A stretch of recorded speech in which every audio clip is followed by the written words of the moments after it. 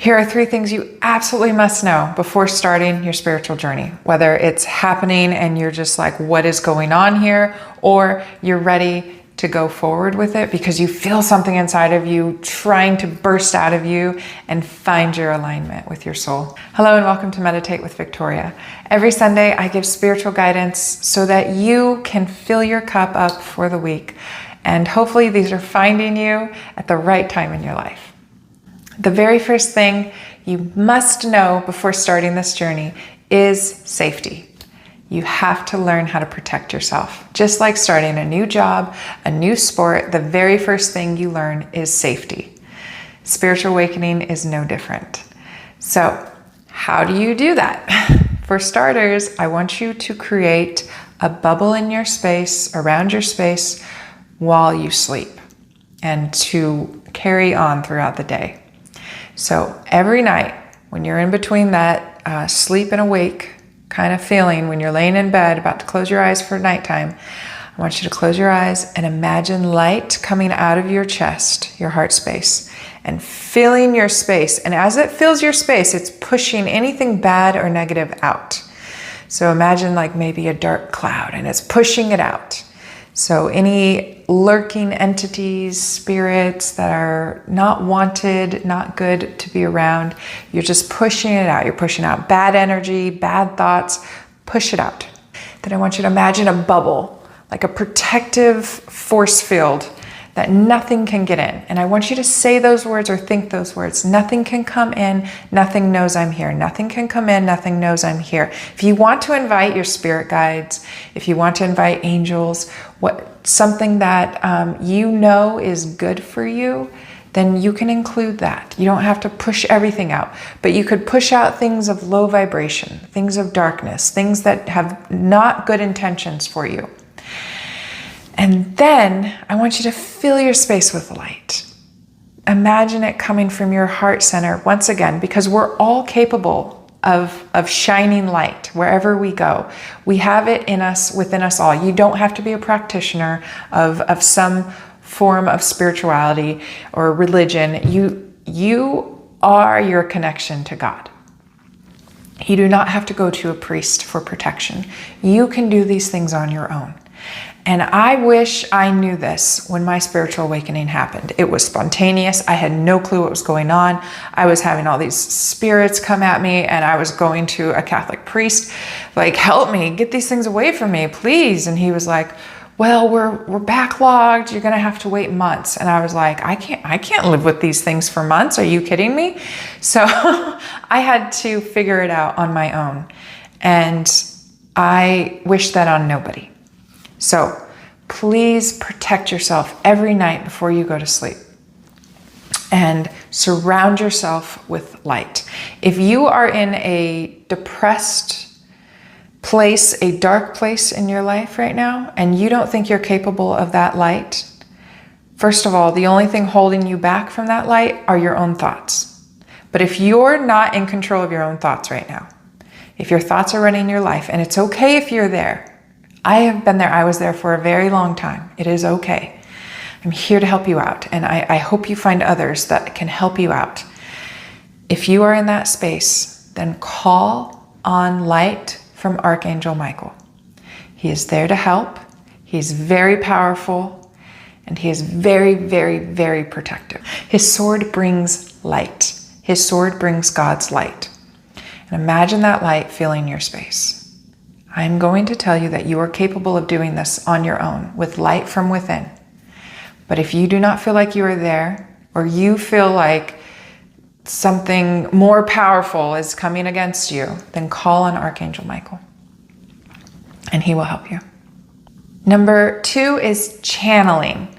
When we start a spiritual awakening, you're going to want to start channeling.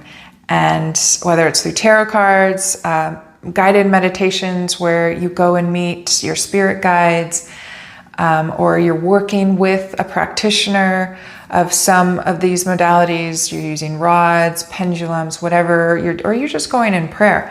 I want you to, once again, protect yourself and make sure the objects you're using are cleansed. There are so many different ways to cleanse things. Smoke is a great one.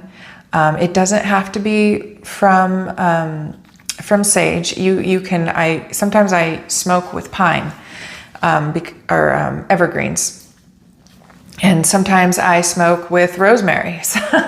And just my fireplace, smoking a log, a candle. I blow the candle out. There's smoke. There's so many different ways to use smoke, and different types of smoke. And then you can also use a steam pot. If you just want to put a pot with some of your favorite herbs or oranges. I really like doing them with oranges and apples and cinnamon sticks in the fall. It puts out a really good aroma in your house as well. So if you don't like smoke, you can use a steam pot. And once we have these objects, whatever we're using, cleansed, so if it's a tarot deck, just holding it kind of above the smoke or the steam. Surround it with light, just like you do with your own body, with your soul, with your house. Surround it with light. And once again, you are capable. That light is within you. Now, when you're using these things to channel, I want you to be very careful and be very, very specific on who you want to come through. So imagine it being like an AM radio. You're flipping through the channels and you're just getting static, and you're just waiting for anything. And your thoughts are anything, just something come through. I'm so desperate. I need to talk to someone. And then you flip to the next channel and something comes through, but you don't know what it is. You don't know who it is. And this is when these objects, especially if you're doing like Ouija boards, which I will always tell you to start with meditation. And honestly, if you go deep enough in meditation, you don't need anything else. But if you are feeling like you want to go a different route, be very, very, very specific on who is allowed to speak to you. You can say things like only high vibrational beings, spirit guides that are here through love, through light, who have my best intention at heart. Saying things like that, being very specific about what is allowed to speak to you, and that nothing else is allowed to speak to you. So, and then if you do come across a bad spirit, I want you to know that they are insignificant to you. They are just little pests. Think of them as like a cockroach. They're cockroaches, you know? You see them in your house, you smash them, you throw them away, you throw them in the trash, you just get rid of them, you know, you put them down the drain. They're not stronger than you. They are not stronger than you are. They will try to convince you of that, but it is not true. You are more powerful than they are because you have light, and they run from the light. They lurk in the shadows. What happens when you shine light on a shadow? It disappears. It's as simple as that. That's all they are. So just throw some light at them, which is in here.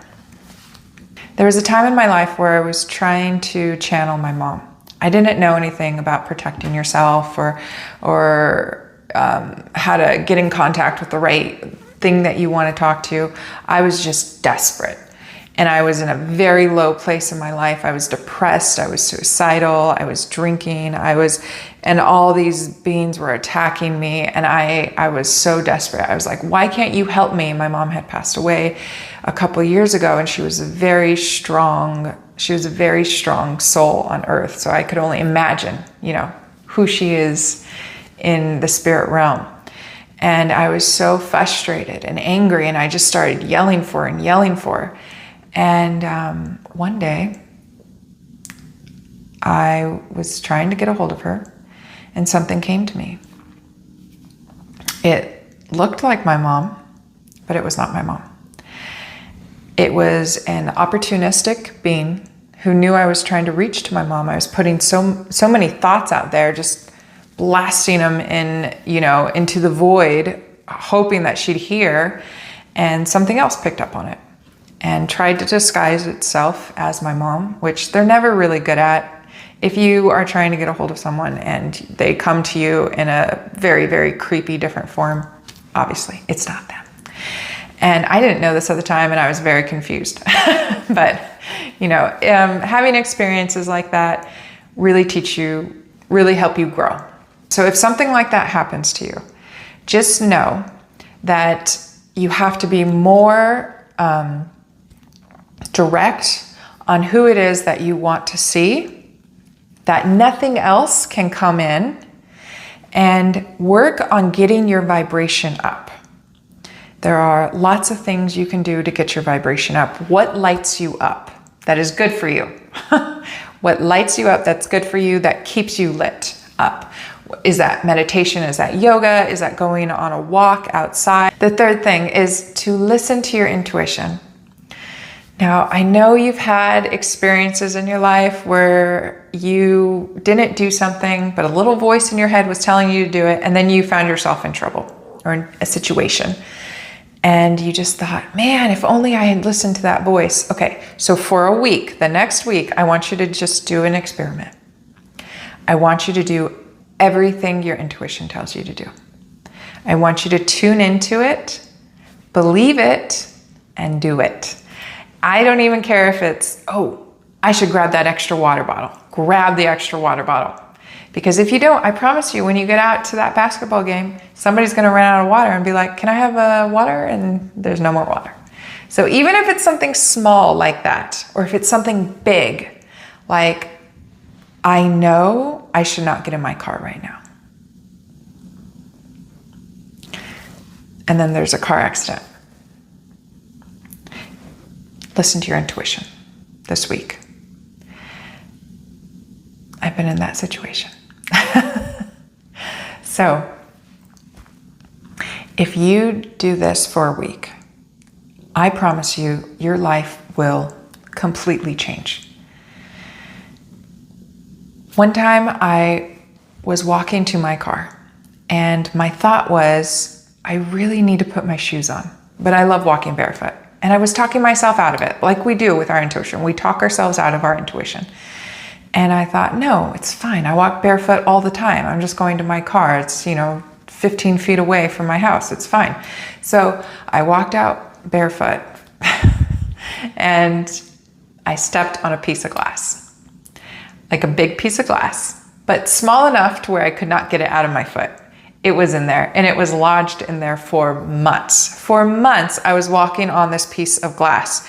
And this was right after I had promised myself to always listen to my intuition. And I had a reminder of it every day for 2 months, because every time I took a step on that foot, I felt the piece of glass. And I carved into my foot every night trying to get it out, and I could not. So just for a week, listen to your intuition.